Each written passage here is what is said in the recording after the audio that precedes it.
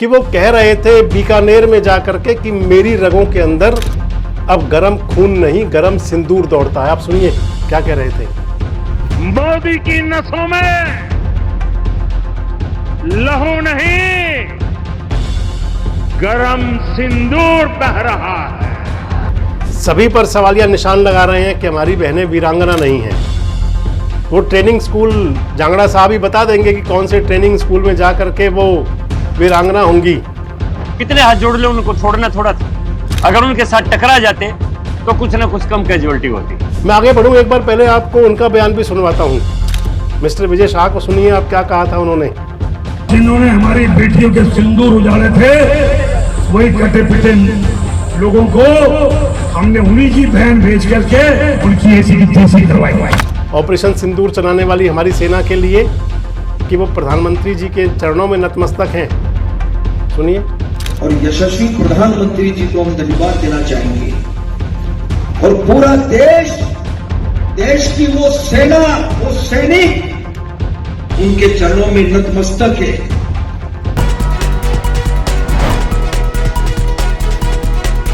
दोस्तों नमस्कार, मैं संजय मकबर मौजूद हैं देश रोजाना के डिजिटल मीडिया मंच पर। आपके साथ ये वीडियो शुरू कर रहा हूँ एक सवाल के साथ, और सवाल ये है कि आखिर सियासतदानों को, राजनेताओं को क्या हो जाता है? क्यों उनकी जुबान पर, अपनी उनकी भाषा पर कोई कंट्रोल नहीं रहता? जो मन में आए वो बोलते हैं, जिसका चाहे अपमान करते हैं। ये भी नहीं सोचते कि भाई उनके सीनियर नेता आखिर किस राह पे और वो किस राह पर चल रहे हैं।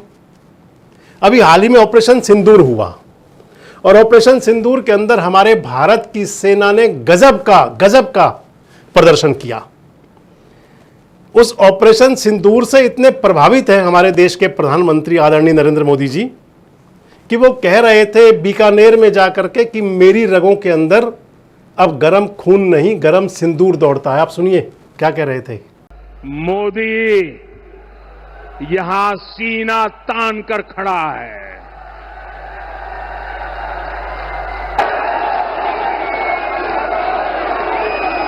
मोदी का दिमाग ठंडा है, ठंडा रहता है, लेकिन मोदी का लहू गर्म होता है।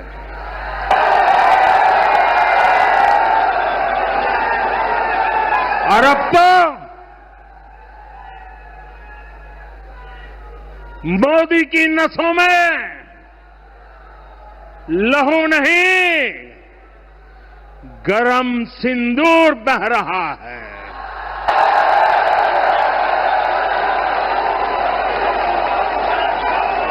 तो प्रधानमंत्री जी कह रहे थे कि मेरी रगों में गरम सिंदूर दौड़ता है, लेकिन भारतीय जनता पार्टी के जो बाकी नेता हैं, सांसद, विधायक, मंत्री, कदम कदम पर सिंदूर को अपमानित कर रहे हैं। हर कदम पर सिंदूर को अपमानित करने की कोशिश होती है। आपने सुना होगा पहले मध्य प्रदेश के एक मंत्री जी को, mister Vijay Shah, colonel Sophia को लेकर के उन्होंने कह दिया था आप धर्म और जाति को छोड़िए, नारी शक्ति का प्रतीक है कर्नल सोफिया कुरैशी। और कर्नल सोफिया कुरैशी को लेकर के कितनी बदमिजाजी की बात कही थी उन्होंने, सुनवा भी दूंगा अभी आपको। उसके बाद में मध्य प्रदेश के उप मुख्यमंत्री बोले थे, उन्होंने तो जो ऑपरेशन सिंदूर चलाने वाली हमारी सेना को ही कह दिया था कि प्रधानमंत्री के चरणों में नतमस्तक है, मोदी जी के चरणों में नतमस्तक है। वो भी सुनवाऊंगा अभी आपको। अब आज हरियाणा के एक सांसद हैं, राज्यसभा के सदस्य हैं, गिफ्टेड पॉलिटिशियन कह सकता हूं मैं उनको, रामचंद्र जांगड़ा जी। आज रामचंद्र जांगड़ा बोल रहे थे, आज रामचंद्र जांगड़ा कह रहे थे जो हमारी 26 बहनें जो विधवा हुई, जो 26 सुहागिनों के सुहाग छीन लिए आतंकवादियों ने, आज उन पर उंगली उठा रहे थे हमारे सांसद महोदय रामचंद्र जांगड़ा जी। जांगड़ा जी भाषण दे रहे थे आज, कह रहे थे कि इन सुहागिनों के अंदर जो सुहागिन थी, जो विधवा कर दी गई, बेवा कर दी गई, ऐसी ऐसी हमारी बहनें भी थी जिनके विवाह को मात्र 8 दिन हुए थे। रामचंद्र जांगड़ा, कुछ सोचिए तो सही, आप बोल क्या रहे हो? उन बहनों के लिए बोल रहे थे कि ये जो महिलाएं थी ये वीरांगना नहीं थी। कह रहे थे कि ये हाथ जोड़ रही थी। अगर हाथ ना जोड़ती तो आतंकवादी ज्यादा को ना मार पाते। आप एक बार सुनिए मिस्टर रामचंद्र जांगड़ा को क्या कह रहे हैं ये। बिल्कुल लड़ना चाहिए था, मैं मानता हूं लड़ना चाहिए था, और लड़ते तो कम शहादत होती और वो भी मारे जाते। बिल्कुल लड़ना, हाथ जोड़ने से कौन छोड़ता है। वो तो मारने के लिए आए थे, वो तो आतताई थे, आतंकवादी थे, अत्याचारी थे, उनके दिल में दया थोड़ी थी। कितने हाथ जोड़ ले, उनको छोड़ना थोड़ा था। अगर उनके साथ टकरा जाते तो कुछ ना कुछ कम कैजुअलिटी होती। यही तो अग्निवीर योजना प्रधानमंत्री जी ने चलाई थी। अगर वहां का हर पर्यटक अगर अग्निवीर होता तो मेरी समझ में उन उग्रवादियों को घेर लेते, कम कैजुअलिटी होती। कोई महिला आतंकवादी से मुकाबला कर सकती है? हाँ? कोई महिला आतंकवादी से मुकाबला कर पाए, इतना साहस होता है? क्यों नहीं? देवी अहिल्याबाई क्या थी? महिला थी ना। रानी झांसी की लक्ष्मीबाई क्या थी? वो महिला थी ना। उन्होंने कितना टकराव किया, कितना मुकाबला किया। हमें यही तो भाव जगाना अपनी बहनों के अंदर कि वीरता के भाव से रहे। सुना आपने? कह रहे हैं वीरांगना नहीं थी। इनमें वीरांगनाओं का उनमें जोश नहीं था, उनमें जज्बा नहीं था, इसलिए उनके सुहाग छीन लिए गए। आप उम्र दराज नेता हैं जांगड़ा साहब, बोलने से पहले कुछ सोचिए तो सही कि आखिर आप क्या कह रहे हैं। भिवानी में बोल रहे थे, भिवानी वीर भूमि है, वीर भूमि से बोल रहे थे आज, और भिवानी की धरती से कह रहे थे कि अगर इन्होंने बहनों ने, जो हमारी बहनें विधवा हो गईं, जिन बहनों को बेवा कर दिया गया, हमारी रामचंद्र जांगड़ा कह रहे थे, इन्होंने अगर ट्रेनिंग ली होती। जांगड़ा साहब, आप कितनी अपनी बहन बेटियों को ट्रेनिंग दिलवा रहे हो कि अगर वो कहीं घूमने के लिए जाएं तो हाथ में साथ में लाठी लेकर के जाएं। आप भी ये ट्रेनिंग दिलवा रहे हो क्या? आप भी उन्हें सिखा रहे हो कि लाठी कैसे चलानी होगी, ताकि कल को, शर्म आती है मुझे वो सब बात बोलने में, लेकिन मैंने कहा ना कि सियासतदानों को तो कुछ भी बोल सकते हैं। मैं आगे बढ़ूं, एक बार पहले आपको उनका बयान भी सुनवाता हूं।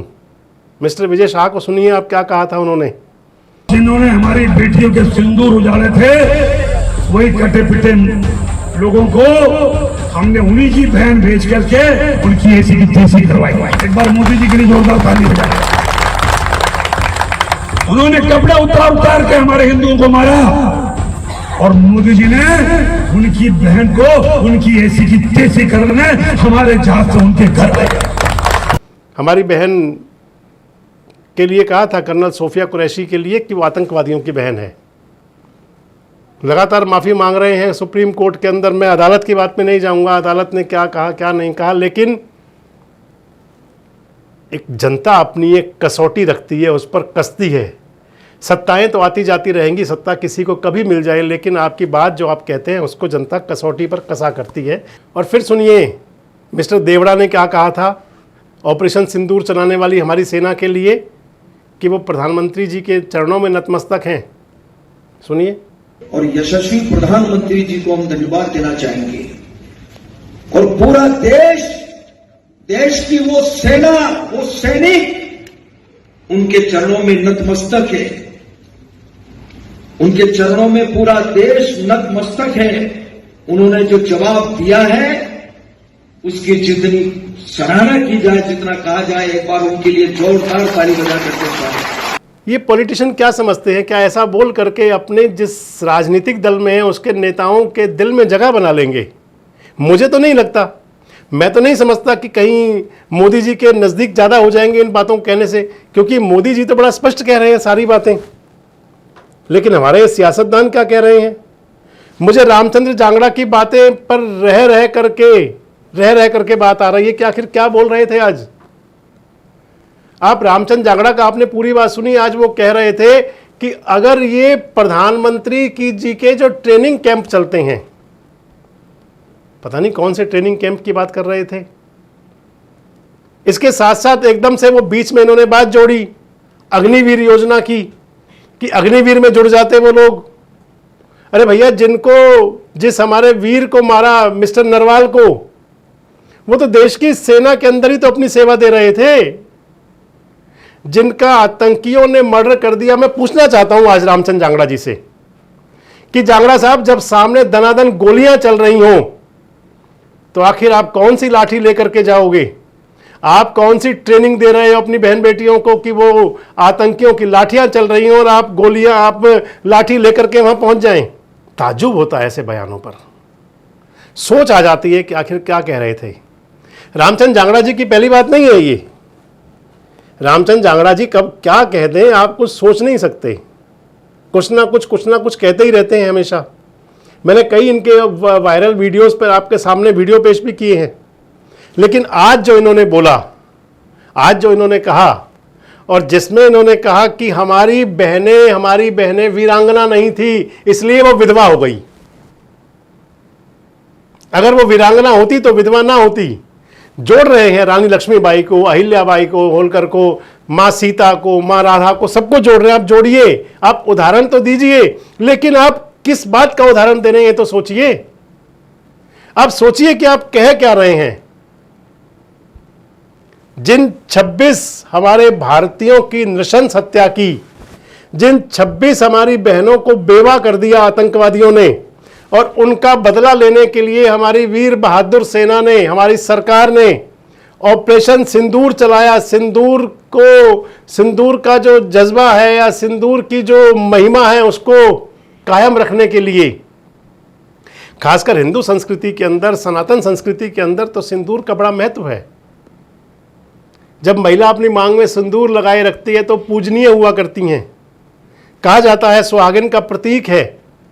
इसके साथ साथ सिंदूर से तो कई बातें जोड़ दी। हमारे मुख्यमंत्री नायब सिंह सैनी सिंदूर और हनुमान जी को जोड़ रहे थे। जोड़ा जाता है हनुमान जी के साथ सिंदूर को, हनुमान जी का चोला चढ़ाया जाता है सिंदूर के साथ में। प्रधानमंत्री नरेंद्र मोदी ने कहा कि क्योंकि हमारी 26 बहनों को बेवा किया गया था, सिंदूर की कीमत और सिंदूर का प्रतिशोध लेना था, इसलिए ऑपरेशन सिंदूर नाम रखा गया। लेकिन सांसद साहब तो हमारी उन वीरांगनाओं को, मैं तो उनको वीरांगना कहूंगा अपनी बहनों को, जो हमारी 26 बहनें विधवा हुई, जो 26 बहनें बेवा हुई, जिन 26 बहनों के सुहाग छीन लिए।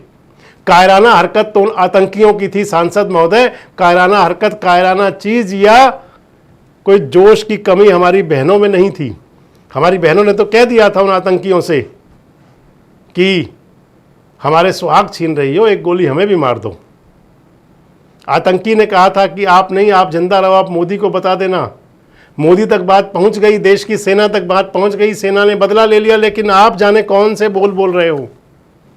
रामचंद्र जांगड़ा के इस बयान को आप क्या समझते हो?